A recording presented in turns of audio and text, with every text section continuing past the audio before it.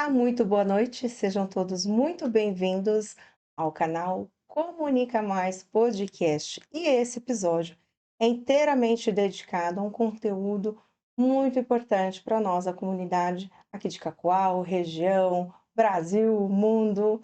É o podcast hoje é sobre o autismo. Dia 2 é comemorado o Dia Internacional do Autismo. E eu gostaria muito que vocês ficassem comigo e assistissem até o final, porque eu tenho convidados muito importantes.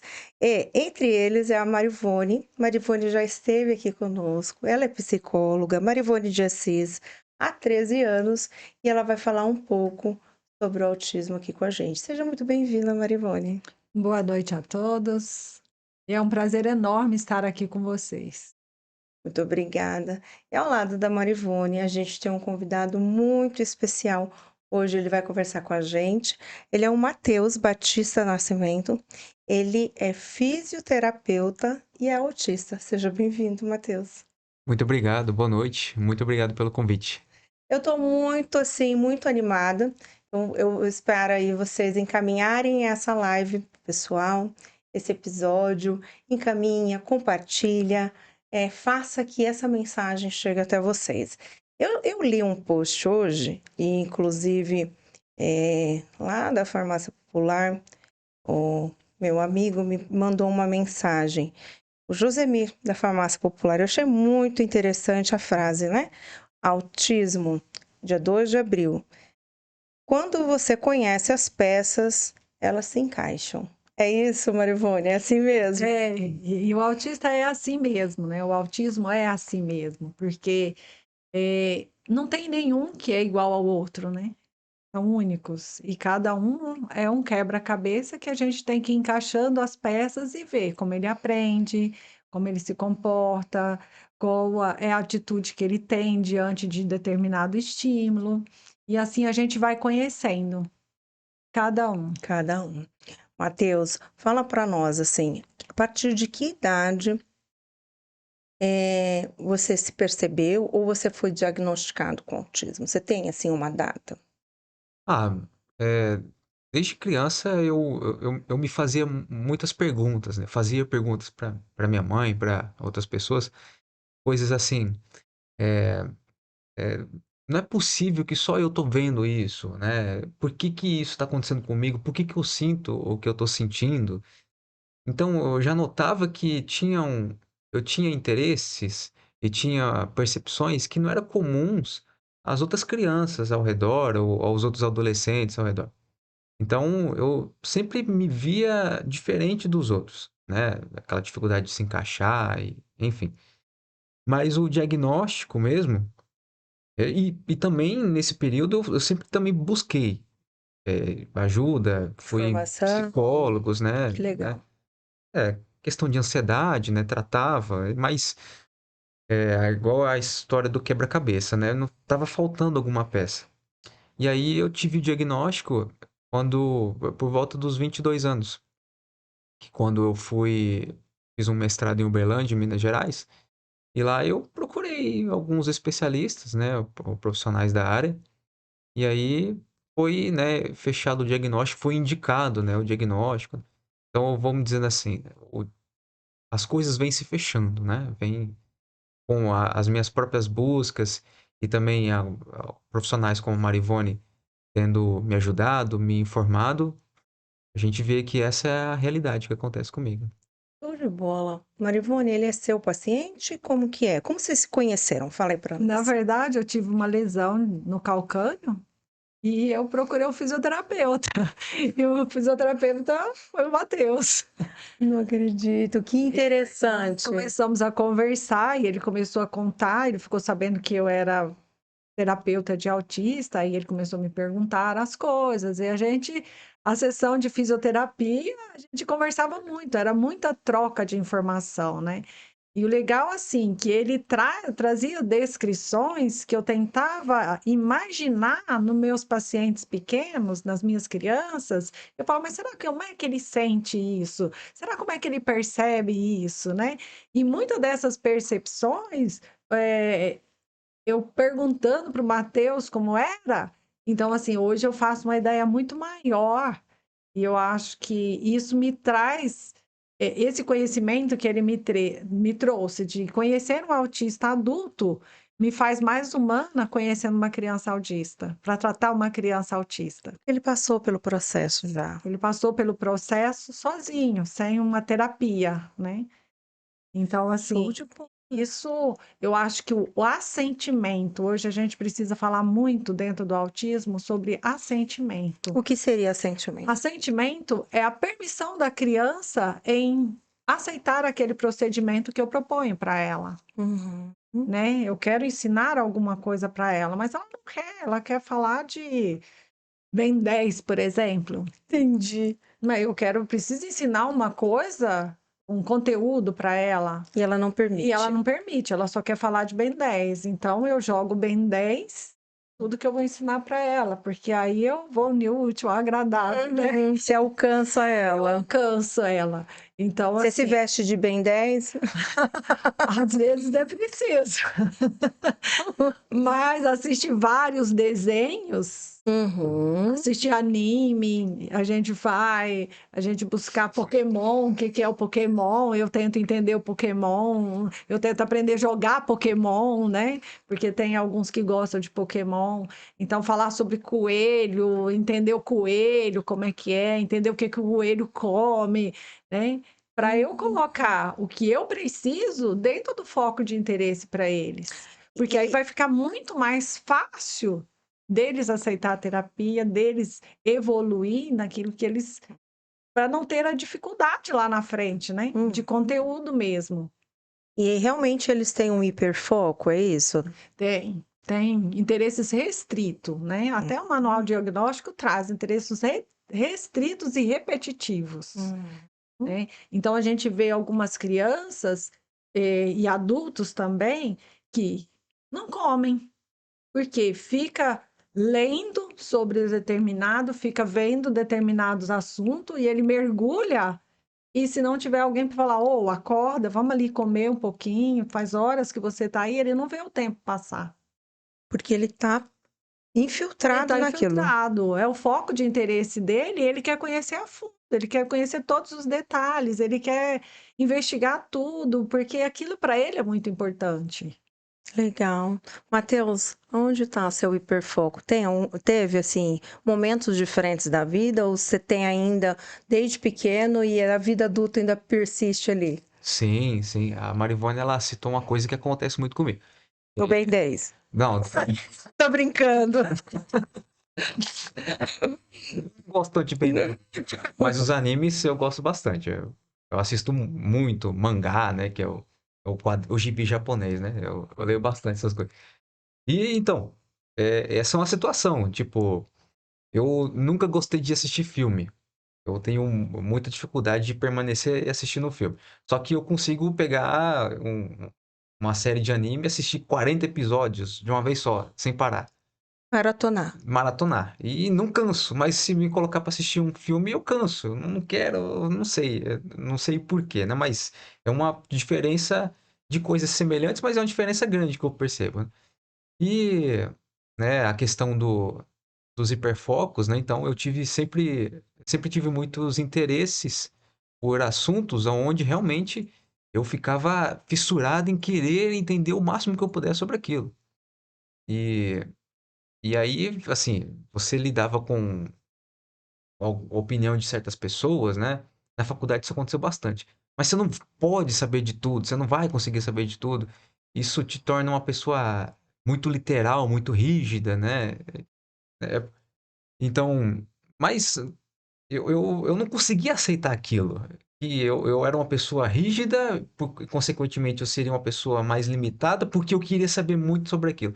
Era porque era tão divertido passar tempo lendo, estudando, vendo aquele determinado tema, ou coisas que são tão diferentes do que as pessoas poderiam se interessar, que eu não via o tempo passar.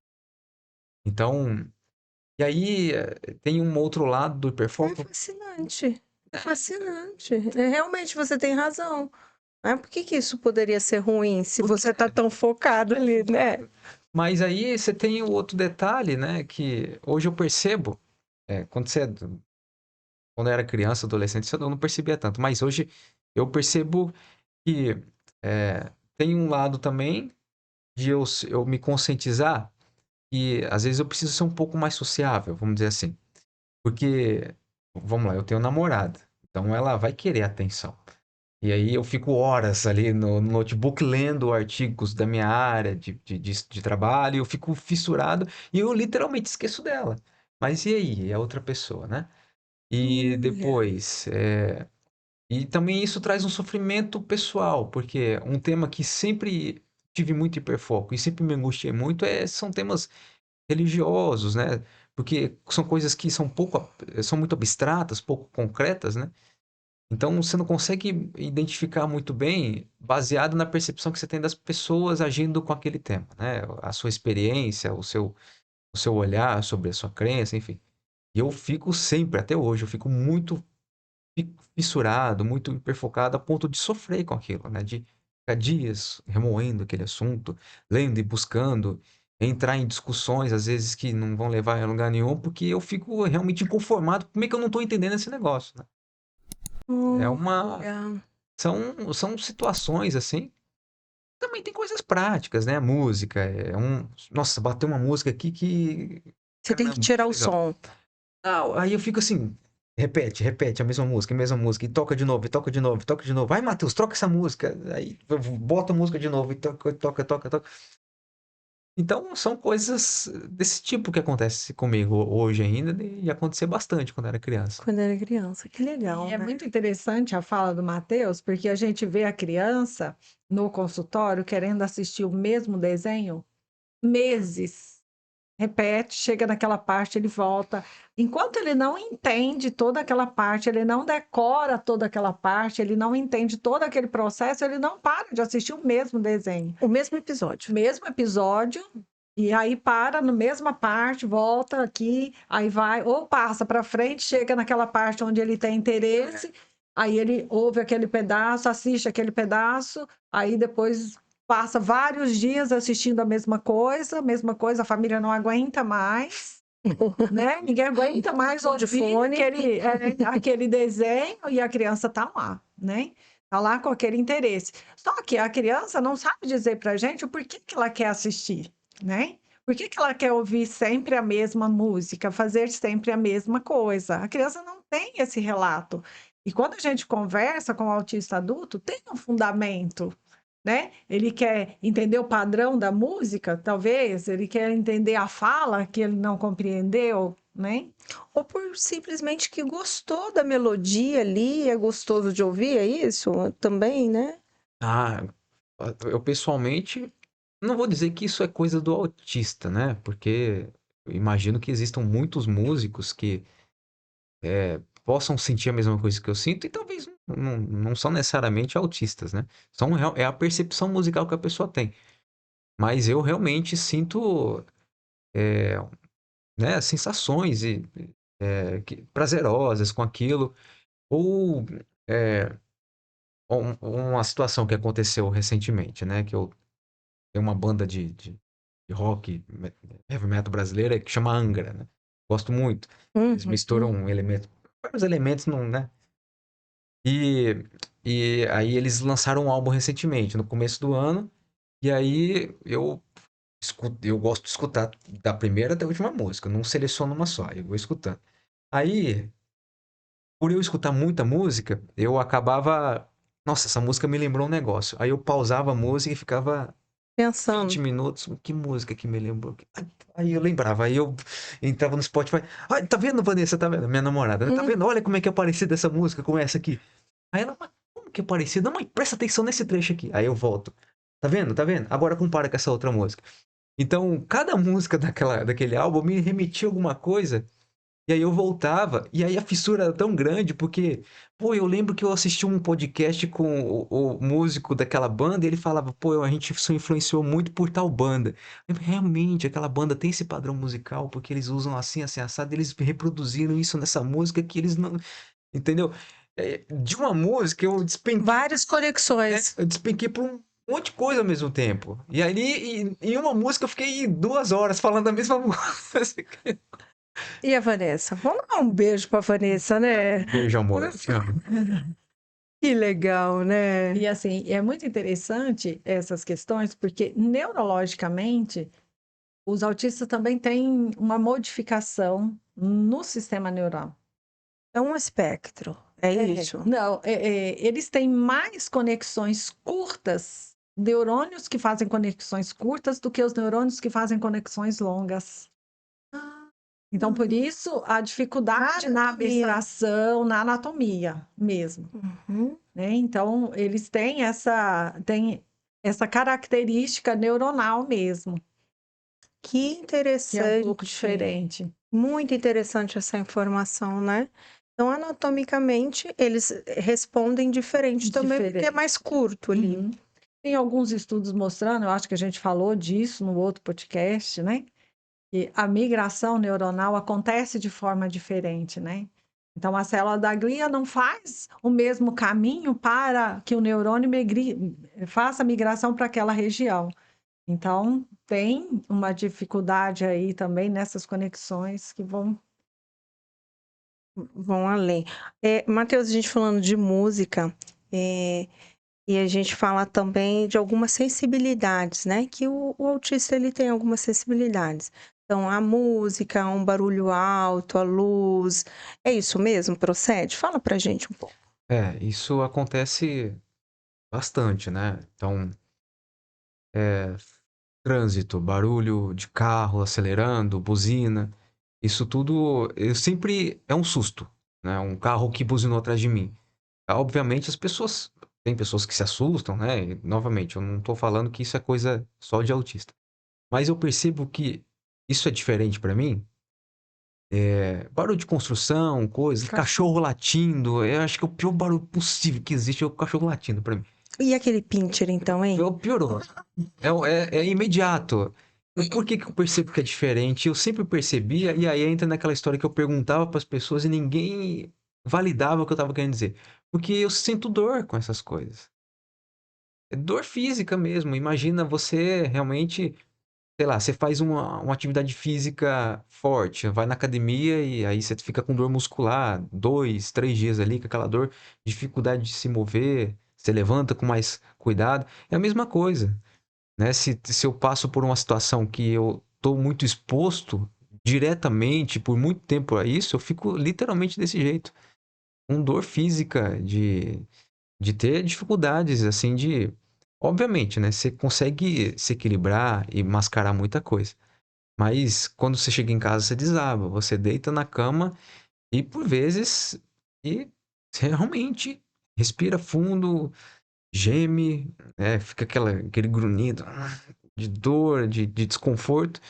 E eu. Contrações musculares. Exato, É. né? E tudo associado a ter passado por esse estresse tão elevado, né? Então, eu sempre tive esses episódios e Desde pequeno. desde pequeno, né? Eu me lembro de criança, quando eu era. Minha avó, ela é evangélica, né? E ela, como ela me criou em igreja na Assembleia de Deus. E aí, a Assembleia de Deus, nada contra, né? Religião nem nada. A Assembleia de Deus é um pessoal muito acalorado, né? Fala muito alto, pega muito em você, grita, né? Tem uns glória a Deus, aleluia, bem alto, né? Então, eu lembro que eu corria, eu saía correndo da igreja, porque eu ficava agoniado com aquele som todo.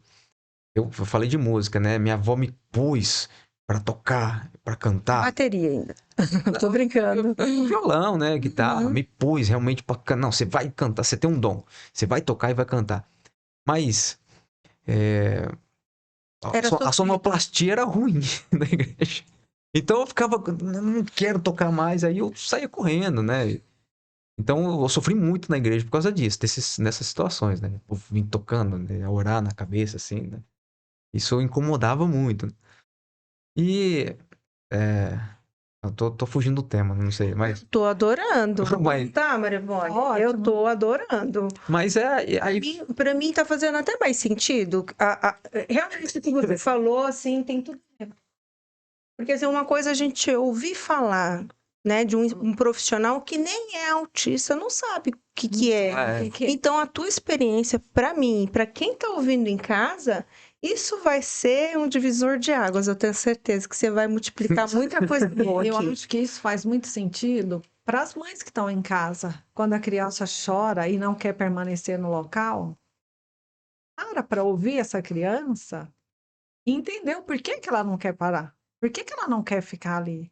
Não é birra, isso não é birra, isso não é má vontade, isso é incômodo, é incômodo. Eu tive uma amiga que falou assim, que não sabia, olha para você ver, Mário, não sabia que a filha era autista. E numa comemoração de Ano Novo muito chique, assim, fogos de artifício. A filha saiu correndo na praia. E o marido e ela não sabia, até, e aí, né, não sei o quê, quase dando divórcio, assim, sabe?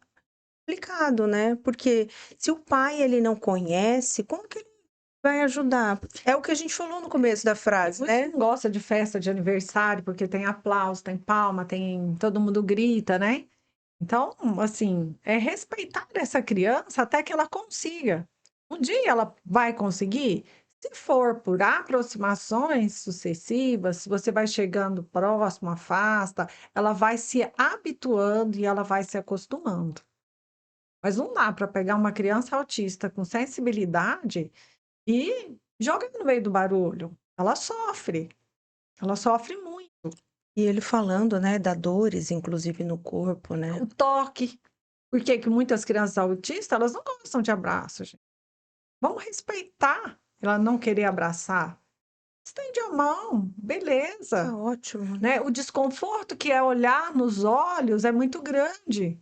Então, olha na direção do rosto, a gente ensina antes, talvez ensinar a olhar, tem que ter contato visual, tem que olhar dentro do olho. Não, olha na direção do rosto da pessoa, não precisa manter contato olho a olho, que traz o incômodo para eles. Hein? Olha isso, Então, é assim, muito interessante. sempre eu ensino meus pacientes, ó, olha no óculos, olha na sobrancelha, olha nas orelhas, né? Porque aí a pessoa, é importante socialmente ela entender que o contato visual faz parte da comunicação, Ah, né? Para ela perceber também que o outro está interessado no assunto, ou se não está interessado no assunto que ela quando está a gente dizendo, gosta do assunto, a tendência é fixar ali, né? né? Porque ele pode falar sobre o hiperfoco dele, mas ele não pode falar 2 horas seguidas no hiperfoco dele, porque o outro não tem esse interesse que ele tem, né? E talvez o outro tenha outro interesse que ele também precisa aprender a compartilhar com esse interesse para ser mais sociável, porque ele vai precisar da rede de apoio, a rede de relacionamento, o trabalho, né? Então não dá para viver isolado só com aquilo que a gente gosta. Arrasou. Matheus, você falando aí das dores musculares, de tudo, dessa sensibilidade, veio daí a fisioterapia? A paixão pela fisioterapia? Como é que surgiu a fisioterapia na sua vida? Conta pra gente. ó, a história é engraçada, não tem nada a ver com isso. Adorei. Não tem nada a ver, de verdade. Ah, bom, eu falo demais, né? Mas, ó, na escola eu sempre tive muita dificuldade de me interessar por alguma coisa. Porque era chato ir pra escola, era muito chato. Só que eu sempre gostava muito de conhecimento, leitura, eu sempre fui um bom leitor. Mas não. Tinha que ser coisas assim que realmente tinham muito interesse. Eu devorava as coisas. Eu gostava muito na escola das matérias de história e filosofia. Adorava, adorava. E eu queria ser filósofo, eu queria fazer filosofia. Essa era a minha. Ligada com a leitura, literatura. Essa era a minha vontade profissional de ser. Aí, onde você vai fazer filosofia, né? Aquela coisa, isso aí dá dinheiro, aquele negócio. Aí acabou que não foi, não foi. Aí na época meu padrasto tinha fraturado o cotovelo e tava fazendo fisioterapia. Aí, Matheus, vai fazer fisioterapia. Aí eu fui. Aí de paraquedas. E eu fiz toda uma construção aqui, Marivone. Ah, Eu fui. e hoje, Aí realmente eu fui gostando, porque eu vejo que na faculdade, diferente da escola, tinha uma liberdade maior para você produzir o próprio conhecimento, Não a didática, aquela coisa quadradinha que o MEC quer que você tenha. Apesar que a faculdade tem o trem do MEC lá, mas tinha uma liberdade maior para você conseguir construir o próprio conhecimento. E até porque você conseguiria se direcionar para as coisas que você tinha vontade. Então eu fiz um trato comigo mesmo. Eu vou estudar aquilo que eu detesto para passar e aquilo que eu adoro eu vou devorar. E aí eu entrei na área de ortopedia, né? E aí eu fui me construindo nisso e realmente me dediquei bastante na faculdade. Que legal, né? E gostei muito, né? Adoro minha profissão. E Marivone, hoje você cuida de crianças, é isso? Como Hoje é eu que tenho é a sua crianças no experiência? consultório, né? Hoje eu trabalho com crianças e menos que 12 anos. Uhum. E você, Matheus, atende Atendo. autistas Não, também? não, eu trabalho com público adulto, né? Realmente a parte de ortopedia, né? Traumatologia, então atendo pessoas com dores crônicas, né? Dor lombar, pós-operatórios, né? Pessoal que opera o joelho. Atendo uma diversidade de lesões, né? Mas focado no público adulto. Fala pro pessoal onde você atende aqui em Eu tenho Cacoal. uma clínica recém-aberta, chama React Fisioterapia. Onde fica? Fica aqui na Avenida Amazonas, perto da clínica do Thiago Giordani, clínica de veterinária. Onde era a Unimed, aquele prédio onde era a Unimed, eu Tô aluguei um ligada. pedaço ali e hoje eu trabalho ali. Parabéns, parabéns. E aí também poderia ajudar muito, né? As mães que têm filhos autistas aí, que precisa de algum alongamento, alguma coisa assim. Sei lá, uma dica aí, né? Como Ele que é? trabalha Com trauma, com né? adulto, né? Quem trabalha com criança é a namorada dele. Minha namorada é Ela fisioterapeuta trabalha com criança. Ah, e ela está se especializando justamente na parte do público atípico, né? Das crianças atípicas. E dentre elas, as crianças com autismo, né? Desenvolvimento motor, né? A parte de disfunções motoras, né? Físicas, no público autista, nas crianças autistas. Que legal, Vanessa. Vanessa podia estar aqui com a gente também falando da experiência de namorar um autista, né? Como que será que é isso? Ele não quis trazer, né, Marivone? Não, né? Deixa para próxima. É. Porque assim, também tem uma dificuldade, né, Marivone, num relacionamento, né? Com amigos, enfim. E eu acho que o Matheus quebrou muitas barreiras aí, né? com certeza. Com certeza, eu acho assim, o Matheus, ele é muito, Um exemplo. muito resiliente. Eu acho que a palavra certa é resiliência, né? Então, ele não se contenta com aquilo, ele vai atrás, ele busca informação, ele lê sobre o assunto, ele pergunta sobre o assunto. E a maioria dos autistas adultos se percebiam diferentes, só que não tinha a explicação do porquê que ele era diferente, por que ele percebia as coisas diferente. Então, hoje eu acompanho alguns autistas adultos no Instagram, vejo alguns posts, sabe? E é muito legal eles conversando e dizendo, né? Das dificuldades, das barreiras encontradas e de um diagnóstico depois de adulto. E aí eles falam, olha, agora eu me encontrei, agora eu sei por que que eu sou diferente? Por que que eu percebo as coisas diferentes e ninguém percebia isso? E quando eu falava, nossa, e às vezes passar por vários profissionais tentando um diagnóstico, entender crise de ansiedade, outras transtorno de humor, né? Até esquizofrenia, às vezes confunde, né? Dependendo do grau da Olha, é o diagnóstico errado. diagnóstico errado. E ainda tem muito diagnóstico errado, né? Entendi. E existe alguns mitos de estereótipos físicos sobre o autista? Tem muitos mitos, né? Então, uma que ou é muito inteligente, ou então não aprende, Incapaz. vai ser incapaz, né? Então, essa questão do capacitismo hoje está muito na frente. E às vezes a superproteção, né? Ai, recebi o diagnóstico, meu filho é autista e ele tem que ser super protegido em tudo, ele não vai dar conta de se virar sozinho. Não vai dar conta de se virar sozinho se ele não tiver apoio, né? Ou se ele não tiver estratégias para poder lidar com isso. Mas se ele tem estratégia, ele vai conseguir sim muitas coisas. Eu sempre falo que não tem quem não aprende. É verdade. Às vezes a gente não achou o caminho por onde ele aprende. E as O caminho peças? para ensinar, né? A partir do momento que a gente acha o caminho de ensinar, ele é capaz de aprender. Muda a metodologia. Muda a metodologia. Por isso que é tão consistente estudos de individualização. Então, precisa ser individual. É só para aquele que vai servir. Então, uma estratégia que serve para um autista talvez não sirva para o outro. Né? Porque a Educação sensibilidade... formal, você sofreu muito, então, né? É, Né? Numa escola que a educação igual para todo mundo, na mesma régua. Como que foi isso para ti? Fala para mim um pouquinho. eu quero fazer um comentário também. Eu vou responder essa pergunta. Uhum. Isso é essa parte dos mitos, né? Sobre os estereótipos. Mas a parte da escola foi terrível. Eu passava realmente pela barriga, assim, empurrando com a barriga. Ficava de recuperação na escola, ficava muito mesmo. Porque era, era chato. Era chato ir pra escola e eu só desenvolvia muito bem, era nítido, assim. As coisas que eu não gostava era mal, péssimo, mas as coisas que eu adorava eu desenvolvia muito bem. Por exemplo, tem um professor, ele não sabe, mas eu sou muito grato a ele, que era um professor de língua portuguesa, que ele fazia uma coisa chamada oficina da escrita. E ele dava temas específicos de tipos de texto, né?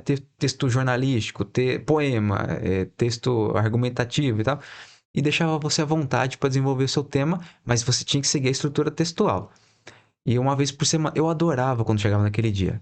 Porque eu fazia. Eu adorava, realmente eu fazia muito bem. Eu tinha muito. E era muito Aptidão. bem. Era muito bem naqueles textos lá. Mas eu era muito criativo com temas nada a ver, assim, né? Eu lembro de ter feito uma propaganda para o tema é pesado, né? Não sei se eu posso falar isso. Pode. Desculpa, né? Mas foi um tema que eu desenvolvi que na época deu até chamaram a minha mãe na escola, né? Porque foi pesado. Eu desenvolvi um texto propaganda para você vender uma máquina de suicídio, né? O tema é pesado, né? Na época você não tem filtro, E você né, para tinha pesar essas quantos coisas. anos? Tinha uns 12. Uau! E o texto, o professor falou assim, ficou muito bom o seu texto, mas esse não dá pra você falar disso, né? Assim, eu Criativo, tinha muita criatividade. Coisa nada a sarcástico. ver. O problema do autista às vezes é o filtro, né? De filtrar coisas que realmente são sensíveis, mas ele não tem a devida dimensão daquela sensibilidade às vezes. Ele precisa apenas um pouco mais para poder dimensionar melhor sobre aquilo, né? É, E aí, você fala? Aí, aí eu queria fazer só um comentário sobre o que vocês estavam falando Dos do estereótipos. estereótipo. Eu acho que a principal coisa que realmente faz sofrer nesse negócio do estereótipo é você ouvir às vezes assim: ah, você é autista, mas você não tem cara de autista. Uai, Não parece. Mas por que não parece? Porque naquele momento a pessoa está te vendo numa zona de conforto muito boa. Ela não te viu realmente nas situações que te limitam. Por exemplo, na clínica, ninguém imagina que eu sou autista. Porque na clínica, realmente, eu lido muito bem com todas as pessoas. Extremamente comunicativo, muito flexível para todo tipo de personalidade. Um bom ouvinte, consigo conversar sobre praticamente tudo com a pessoa. Se eu não tenho o que comentar, mas eu pergunto muito para interagir o máximo que que eu puder com a pessoa. Mas fora da clínica é diferente, porque às vezes eu perdi a minha praia de conforto, né? E aí eu fico tentando me agarrar a qualquer sinal de conforto para eu poder me desenvolver melhor socialmente. E então você escuta muito isso, e por vezes, aí vem o negócio do diagnóstico quando você é adulto, né? Tem duas situações que eu senti quando eu comecei a entender melhor sobre isso. Eu senti, poxa, por que lá atrás ninguém percebeu isso? Aí, se alguém tivesse percebido, eu tinha sofrido menos. Aí você fica alimentando aquela coisa ruim e você realmente fica mal. E se não tomar cuidado, você desenvolve, né, sentimentos ruins, pensamentos ruins, comportamentos muito ruins. E depois tem a ver exatamente com isso. Você fica pensando, poxa, novamente, é pesado, mas eu preciso ser sincero. Eu podia ser aquele autista clássico que todo mundo quer que seja, né? Aquele autista não fala, não anda, seletivo alimentar, fica enclausurado. Se você chama ele, sacode, ele não sai ali do mundinho dele. Eu podia ser esse, que pelo menos as pessoas iriam me respeitar. Pelo menos as pessoas iriam realmente acreditar em mim. Porque por elas me verem tão sociável nessas situações, elas não entendem se eu fico nervoso no espetinho na esquina. Elas não entendem se eu fico nervoso na festa de aniversário. Como é que você é tão bom lá na clínica e você não é bom aqui? Eu escuto muito isso, esse tipo de comparação. Eu escuto muito. Na faculdade eu escutava muito, né? O Matheus é muito bom para apresentar trabalho na frente, porque ele comunica muito bem. Mas o Matheus não é bom para fazer trabalho em grupo. Porque ele, né? Aí você toma aquele negócio de ser introspectivo, de você ser grosso, arrogante, mas não é, porque às vezes realmente é tão difícil fazer aquele negócio ali em conjunto e Deixa que eu faço sozinho, tá bom. aí talvez aí que venha a necessidade de profissionais como a Marivone para você instruir o autista a se comportar melhor em certas situações, para ele entender que ele precisa delegar tarefas às vezes. Às vezes ele é muito rápido para poder desenvolver as coisas, leitura muito rápido, mas nem todas as pessoas vão ser. Então você tem aquela rigidez cognitiva de deixar com que as pessoas te acompanhem, né? É um defeito, mas também é uma coisa que não é a culpa de ter desenvolvido esse defeito, né? Bastava uma orientação melhor para você se tornar um pouco mais flexível. Aos poucos eu vou me tornando, né? Eu acho isso o máximo, né? Mas a sociedade também, ela tem que ser mais inclusiva, né, Marivone? Como é que a gente pode ajudar a sociedade se comportar melhor também? A fala dele me tocou muito. Você não tem cara de autista. Como assim, Diz que gente? autista tem cara. Né? Me incomodou, cara. me causou um incômodo, assim. Como que a gente não é, pode porque, ajudar? assim, o que as pessoas entendem? Tem a síndrome de Down. Quando olha para o Down, fala, nossa, ele é Sabe? Já sabe. autista, não. Ele não tem um fenótipo. O fenótipo.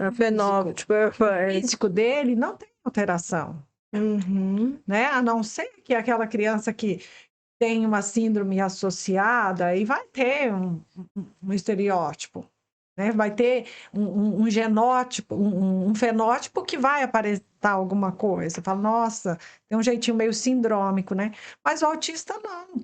Ele é igual. O físico, a aparência dele é igual a qualquer. É o jeito de ser, é uma condição, né? Não é uma síndrome. E, Matheus, na sua ideia, assim, para ajudar a sociedade que está nos assistindo, como é que a gente pode fazer com que eles entendam em frases, em comportamentos, para ser mais inclusivo a respeito do autismo? O que você acha, assim, que a gente pode contribuir? Considerar qualquer coisa como verdadeira. Eu acho que essa é a minha principal angústia nisso tudo. Porque, igual eu comentei no início, né? Eu tenho habilidades que eu expunha para as pessoas que eu tenho, que eu acredito que eu sou muito bom e que aquilo me torna uma pessoa melhor, um profissional melhor, e ninguém dá credibilidade àquilo. Porque às vezes é uma habilidade ou um interesse que não é comum, não é muito usual. Então as pessoas ficam olhando, mas para que isso serve? Claro que serve. Serve muito. Você que não tá percebendo que não serve, mas serve muito. Eu falei da filosofia, né? Eu leio muita coisa é, num tom didático mesmo, de aprendizado. Não é leitura, uma leitura para passar tempo. Realmente eu gosto tanto do negócio que eu aprendo. E aquilo realmente me torna um profissional melhor. Eu realmente uso muita coisa da filosofia no meu trabalho. De verdade. Jura? De verdade. Olha isso. Não é na técnica, não é no exercício, mas sim na contextualização daquilo que eu proponho para trabalhar. E é muito. E nunca credibilizaram isso em mim. Então, às vezes, um dia eu falei assim para uma mãe de um autista que eu atendo, eu falei assim para ela, às vezes você só não tá dando a chance do seu filho se comunicar com você, porque você quer que ele se comunique dessa forma. Mas ele tem tantas outras formas de se comunicar a partir daquilo que ele é muito bom, que ele tem um mundo incrível que você possa conhecer dele, mas você tá querendo que ele mostre o mundo dele a partir dessa caixinha. Porque ela não considera aquele comportamento, aquele gosto, aquele interesse como válido, como verdadeiro também. Não, só pode ser dessa forma porque é assim que o mundo é. Não, mas o mundo tem espaço para muito tipo de gente diferente. Então falta talvez as pessoas validarem mais o que o autista tem a oferecer para esse mundo. Muito embora isso seja uma coisa muito diferente, mas sim, é muito válido. Tem função, tem um espaço ali e que se você se esforça um pouquinho para entender, aquilo vai funcionar muito bem num contexto muito amplo, né? Muito geral. É porque é uma coisa muito diferente e as pessoas não querem parar para ver, né? E eu sempre falo que se o autista trouxe alguma coisa e ele comentou alguma coisa com você, ele não tirou do nada. Para ele tem importância. Para ele tem um fundamento, para ele tem uma importância. Se ele fala que, olha, tem isso, vai atrás. Outro dia, uma criança passou e ela é fissurada por coelho. Ela passava na frente, na rodovia, e falava assim, coelho, coelho. Eu falei, nossa, tá com ecolalia, né? A cuidadora dela falava, nossa, tá com ecolalia, tá falando coelho, coelho. Gente, que coelho? Não tem coelho aqui. Ficou intrigada. Todo dia ela passava e falava assim, quero coelho. Queria parar no coelho, né? E ela falou, mas ali não tem coelho. Aí desceu na loja, não tinha coelho, né? E era uma casa agropecuária. Aí ela voltando no dia falou, gente, mas por que ela fala tanto coelho? Eu falei, você pode observar que em algum lugar tem coelho ali. E ela queria passar para comprar a ração do coelho. Aí a menina foi na rodovia, passou de carro, né? E ela olhou. Tinha um coelho na fachada, apagadinho, apagadinho que quase não dava para ver. E ela viu. E ela achava que, como tinha a foto do coelho lá, então tinha ração de coelho ali para vender. E ela queria comprar a ração para levar para o coelho. Nossa. Então, se ele fala alguma coisa, vai atrás que tem. Não é Não é, ele não tirou do do vácuo. acaso. Ele não tira nada do vácuo. Tem um fundamento, tem um porquê que ele está falando. Que interessante, né? Isso dá uma raiva absurda, porque você tá falando, na tua cabeça aquilo tem é tão concreto, tá tão claro, Nítido. nítido. Olha aqui, Você não tá vendo? você não tá vendo isso aqui? E aí, a pessoa pode simplesmente, não tô conseguindo entender. Mas é ruim quando a pessoa, isso é coisa da sua cabeça, isso não tem nada a ver, para de pensar nessas coisas. Você tá sendo muito literal com essas coisas. Isso aí não serve pra você fazer isso, fazer aquilo. Mas até hoje eu tô fazendo desse jeito e tá dando certo, como é que não tá servindo? Então, às vezes a pessoa não tá, realmente ela não entende. E tudo bem se ela não vai entender, se ela não vai ver daquela forma, até porque todas as pessoas são criadas de formas diferentes, têm experiências diferentes, e isso modifica a percepção de mundo delas. Mas falta a pessoa validar aquilo, e não simplesmente negacionar, tornar aquilo inválido, né? Ou não importante, Não né? importante. Isso que é O validar é muito importante. Principalmente quando a gente fala de sentimentos, né?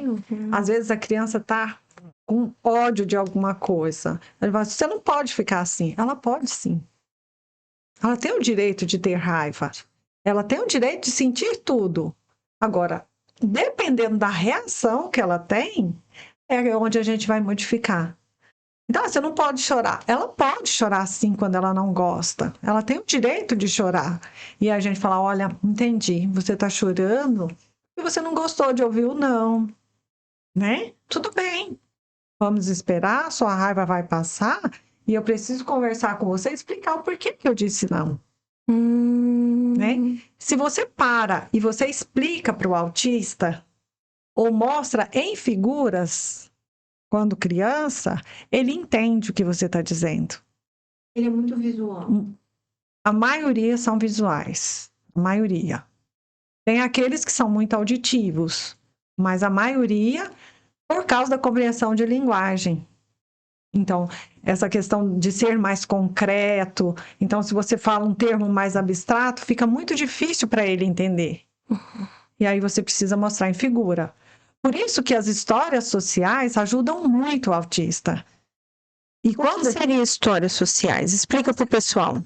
é contar a história daquilo que vai acontecer. Tipo, vai mudar de casa. As crianças se desorganizam todas quando vai ter uma mudança. E qualquer for, vai mudar de escola, vai fazer um exame de sangue. Então, tudo é muito complicado, porque eles não sabem como é que vai ser. Eles não conseguem ter essa visão de imaginar uma situação diferente. Eles dormem no mesmo quarto todo dia, tem aquela rotina, e aí muda de casa, muda de setor. Para ele é um transtorno. Cadê minha casa? Isso aqui não é a minha casa. Então, quando eu vou lá e tiro foto da casa e falo, olha, nós vamos mudar de casa, pode ser que seja o Joãozinho, fala, olha, o Joãozinho vai mudar de casa, ele mudou de casa, e aí ele vai morar numa casa nova, e aí tá tudo bem, com o tempo você vai se acostumando. Ele entende pelas figuras e pela história do outro que aquilo pode acontecer com ele. E foi o que ele falou sobre a literatura e, enfim, que ele acabou aprendendo também com a leitura. Isso ajudou. Também ajuda. Então, tem algumas. Eu tenho uma paciente que ela, agora que aprendeu a ler, a gente não sabia que ela sabia tanto de internet. Então, ela pega o computador, ela pega uma imagem, ela acha o aplicativo e ela tenta reproduzir o desenho da imagem que ela queria em um outro aplicativo. Ela minimiza uma tela, divide o computador em duas telas e olha em uma e reproduz na outra. Com maior facilidade. Maior facilidade. E não consegue falar uma frase na ordem direta. Uau! Né? Então, assim, você tem uma criança que não fala nada. E aí a gente lutando para comunicação alternativa aumentativa, que é por troca de figuras. E a gente pensou, nossa, com deficiência intelectual, ele vai demorar ali um ano para poder aprender esse processo. Ele aprendeu em 2 meses. E agora ele já clica em 3 figuras para dizer o que ele quer. Então a gente não sabe o quanto ele sabia. E aí, por causa da fala, ele não tem a fala, como é que ele se comunica? Então ele comunicava com choro, com flapping, com pulos, atirando objetos. E agora não. Eu quero picolé. Abrir a geladeira 500 vezes no dia. Para tentar achar o picolé. Para tentar achar o picolé. E a mãe brigava. Porque ele vai lá e põe em figura. Quero picolé. Quero celular. Quero sair. Porque ele sai do meu consultório e ele vai até a pracinha com os pais. Que Virou rotina. Então, virou rotina. Se não for na pracinha... Precisa sair picolé. Ia sair lá na pracinha. Aí eu falei, não, eu tenho que entender o que ele quer. E ele ia para a porta, e eu mostrei a prancha e ele mostrou no sair. E eu falei, então tá, pega na minha mão e nós vamos onde você quer. Chegou na pracinha, ele mostrou o picolé. Eu falei, entendi, você quer o picolé. E vamos entender que há um abismo entre o autista, a família, os amigos, os colegas, para essa compreensão, né?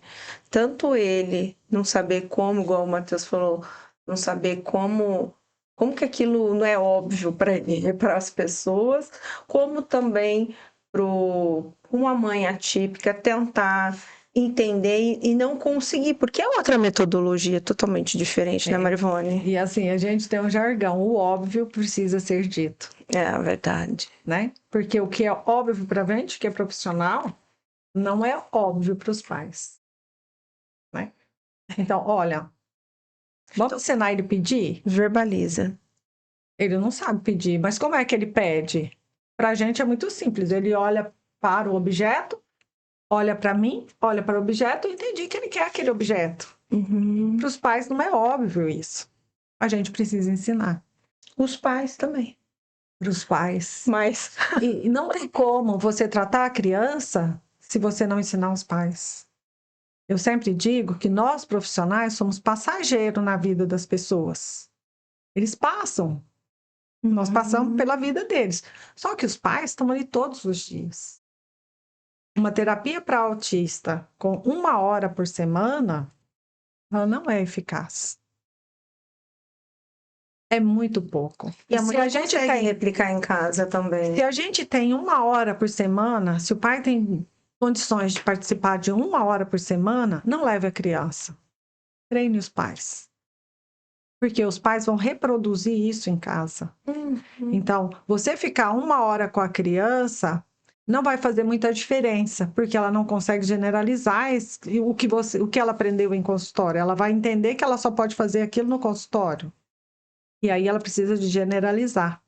Ela precisa desse conteúdo que eu dei no consultório, ela precisa passar para casa, para a igreja, para o supermercado. E aí é quando, dentro da terapia comportamental, a gente tem o auxiliar terapêutico, que é o profissional da psicologia, que vai na casa e passa 2 horas treinando essa criança em casa. Porque se eu ensinei para ela que a figura da geladeira, o nome é geladeira, aí chega na casa dela, ela precisa de entender que aquilo que tem na casa dela chama geladeira. Entendi. Né? Que o que ela encontrou no livro também é geladeira. Né? E assim, como que isso é óbvio para nós? Uma geladeira vermelha e uma geladeira azul é geladeira.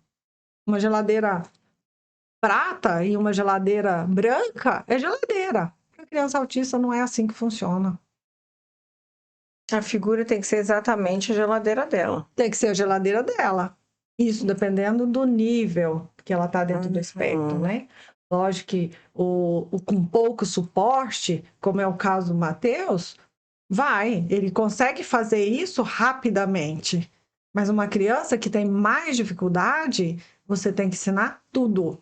Você tem que ensinar tudo. Se ela tem deficiência intelectual associada ao autismo, é muito mais treino, são muito mais horas de treinamento. E não tem como. Então, tem que ajudar os pais realmente. Tem que ajudar os pais. Então, assim, às vezes, as mães ficam apavoradas e falam, olha, eu preciso colocar em terapia. E talvez se eu tenho pouco, então eu tenho que instruir os pais.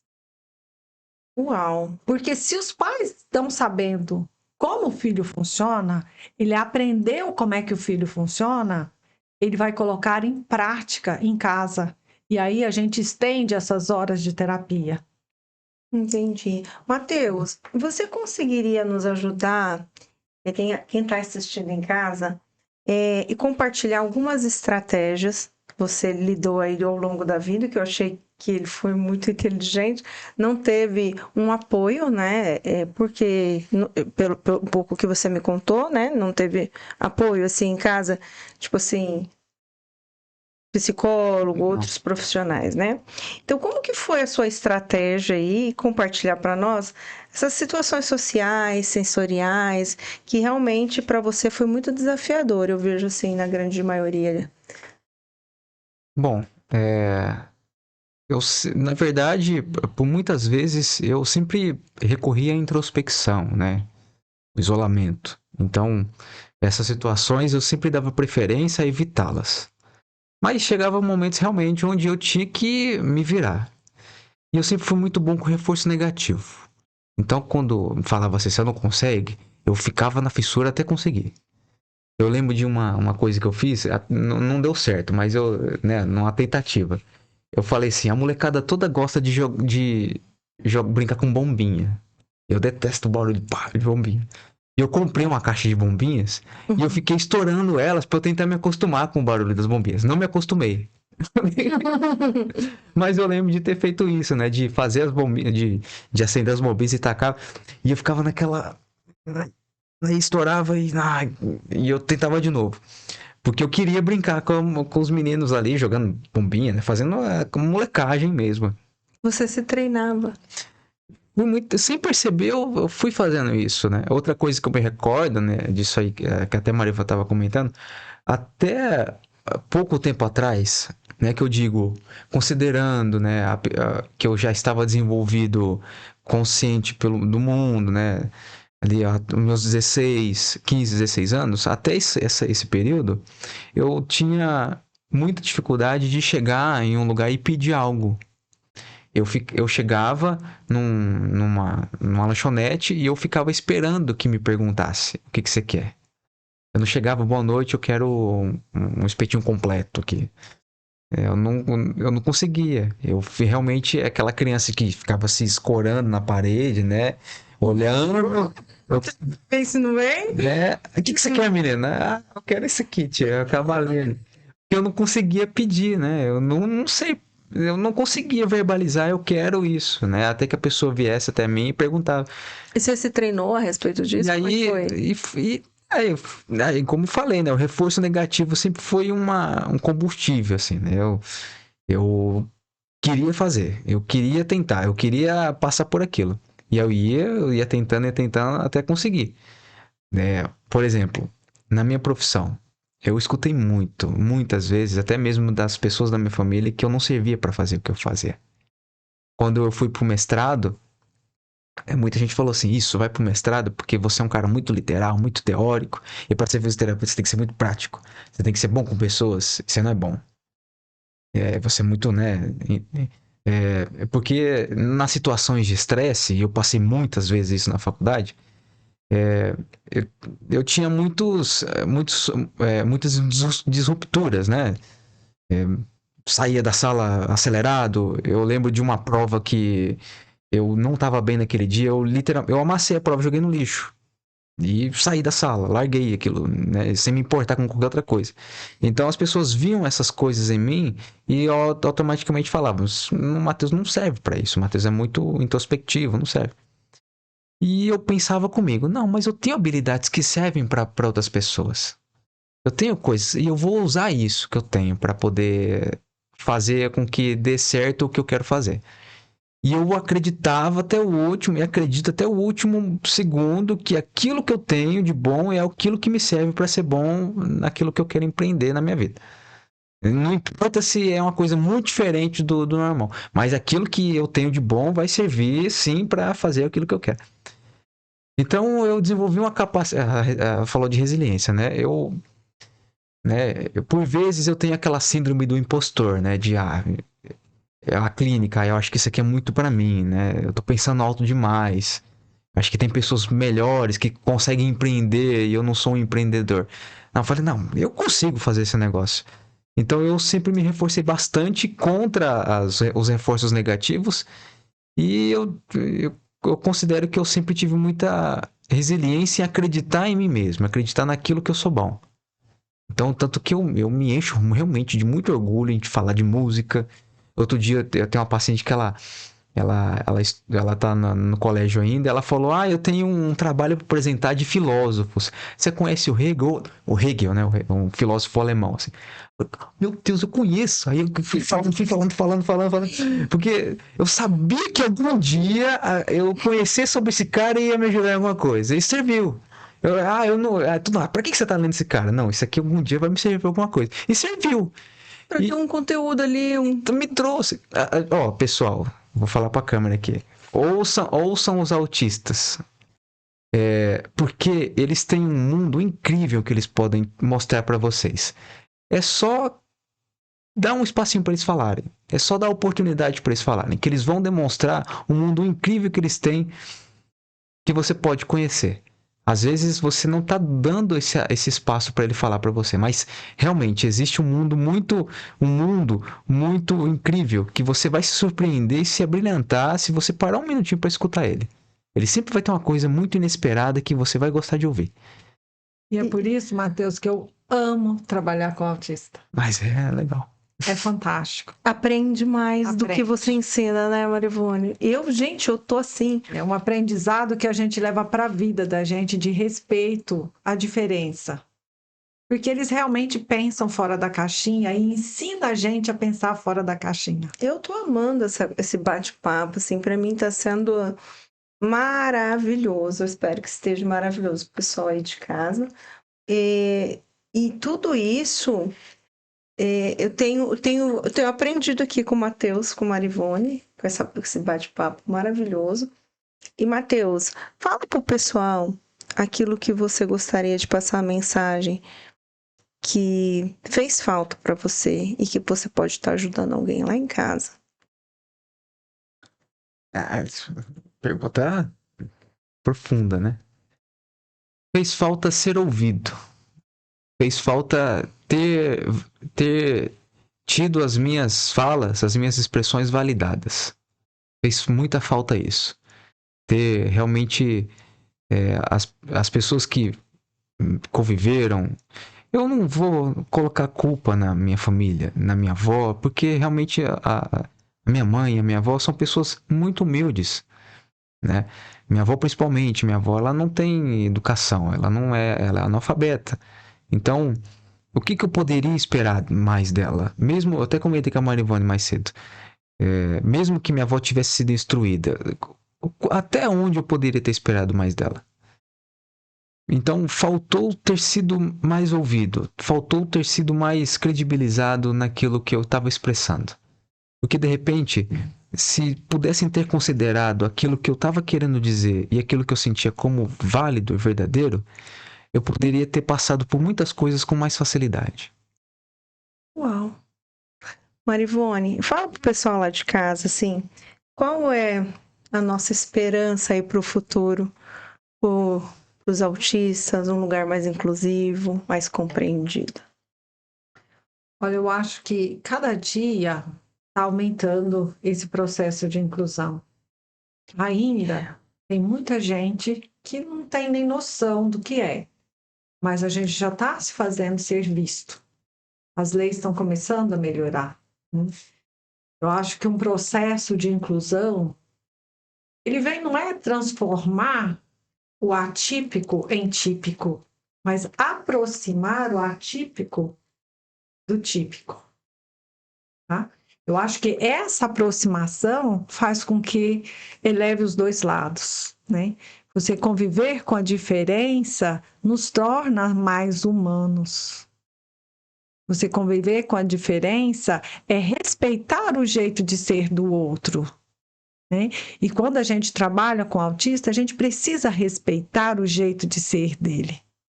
Lógico, a gente vai desenvolver habilidades nele, sim, a gente vai tentar ajudar ele com estratégias a desenvolver essas habilidades, mas nós não podemos deixar que o que ele sente seja ignorado, sabe? Ele sentiu raiva, valide a raiva dele.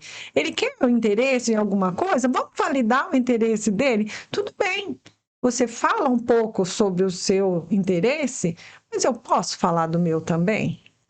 Aí a gente está trabalhando o quê? A flexibilidade nele, né? Para que ele não se perca falando 3 horas e seja uma pessoa indesejada no ambiente. Incompreendida, né? Ele deu risada. Para ele falar sobre outros assuntos, mas também não é fácil para o outro Escutar a filosofia que para o outro não tem sentido nenhum.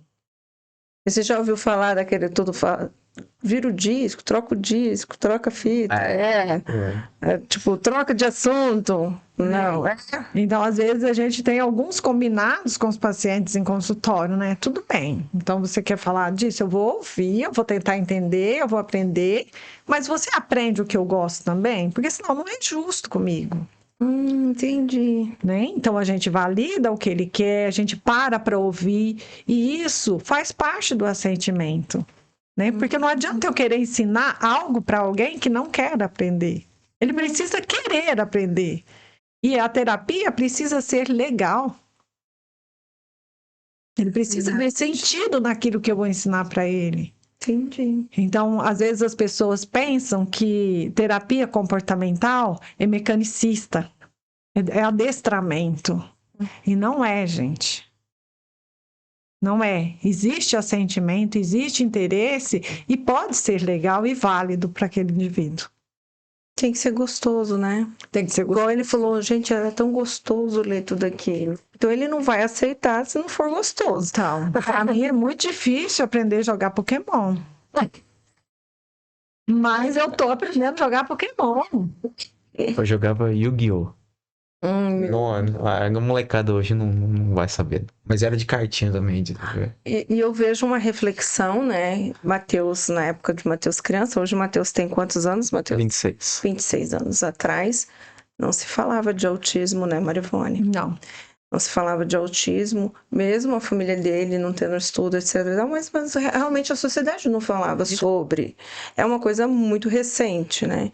E até quero mandar uma palavra aí para os nossos governantes, verem ações aí que funcionem e que realmente ajudam a comunidade, a mãe atípica, o autista, com ações aí de leis para ajudar essa comunidade. É um assunto extremamente importantíssimo que nós estamos comentando aqui. E assim, um assunto que seria de uma necessidade, não é uma questão de querer. A necessidade é de um acompanhante em sala de aula, gente. Ele precisa de um mediador, de um professor mediador. Porque a compreensão do autista é difícil para ele ser só auditivo ou só visual. Ele precisa de integrar esse sentido e para ele é muito difícil. Às vezes precisam às vezes não, sempre vai precisar de adaptação de material e de alguém que medie esse conhecimento. Aí você tem um autista que não consegue falar uma frase na ordem direta, mas ele tem uma capacidade incrível. E aí você chega na escola, porque ele não consegue se expressar verbalmente de forma correta, organizando frase, aí as pessoas perguntam, mas ele já sabe ler? Imagina ele ouvindo com a capacidade que ele tem. Dói. Ou trazer um desenho para ele pintar? E ele conhecendo de filosofia?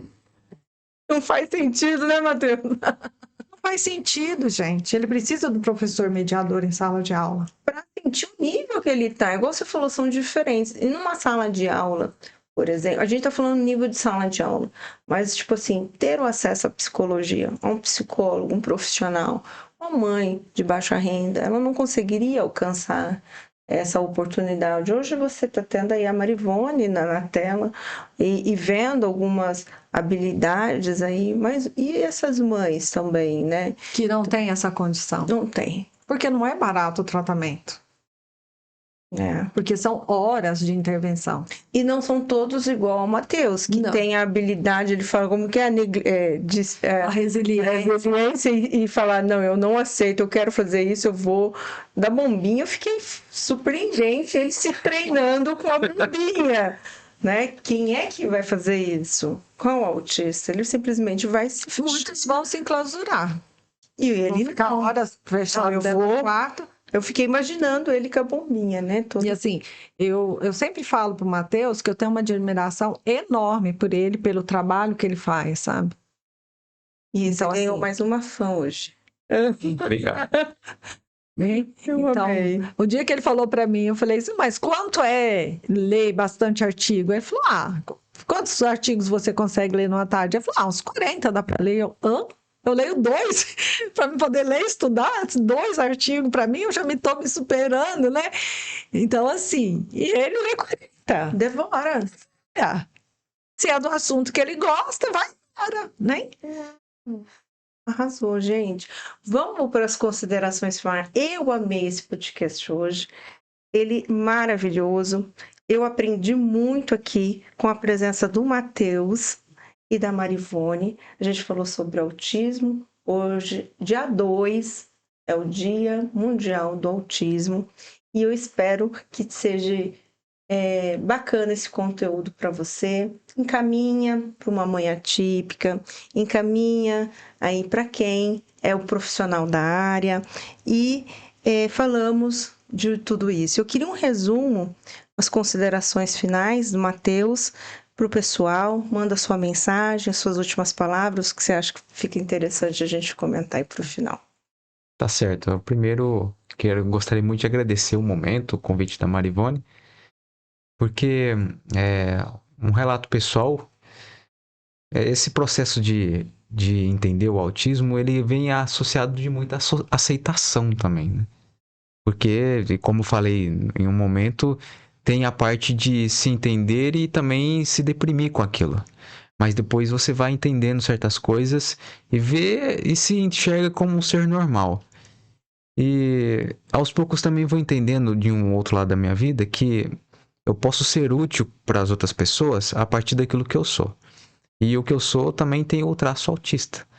Então eu percebo que eu posso oferecer, através da minha experiência, da minha realidade de vida, talvez palavras, experiências, opiniões ou até mesmo uma referência para que haja esperanças, para que haja incentivo para uma mudança profunda nessa compreensão dessas situações, né? Então, eu espero que o que eu falei possa ter sido útil, servir de alguma forma. E eu reitero, né, um pedido que eu acho que eu devo fazer e para mim sempre foi a minha principal angústia. Considerem como válida, igual o Lulu Santos fala, todas as formas de amor, né? Considere como válida tudo aquilo, todas as formas de expressão que um autista tiver. Tudo aquilo que ele possa mostrar para você.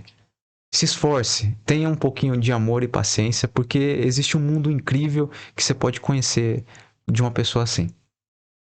Amei. Marivone, suas considerações finais. Eu acho que no processo de inclusão, eu acho que nós profissionais temos que tentar se colocar no lugar do autista e no lugar das famílias autistas, que muitas vezes passam por muitas dificuldades financeiras para dar um pouquinho. E hoje eu vejo que tem muito mercenário no caminho.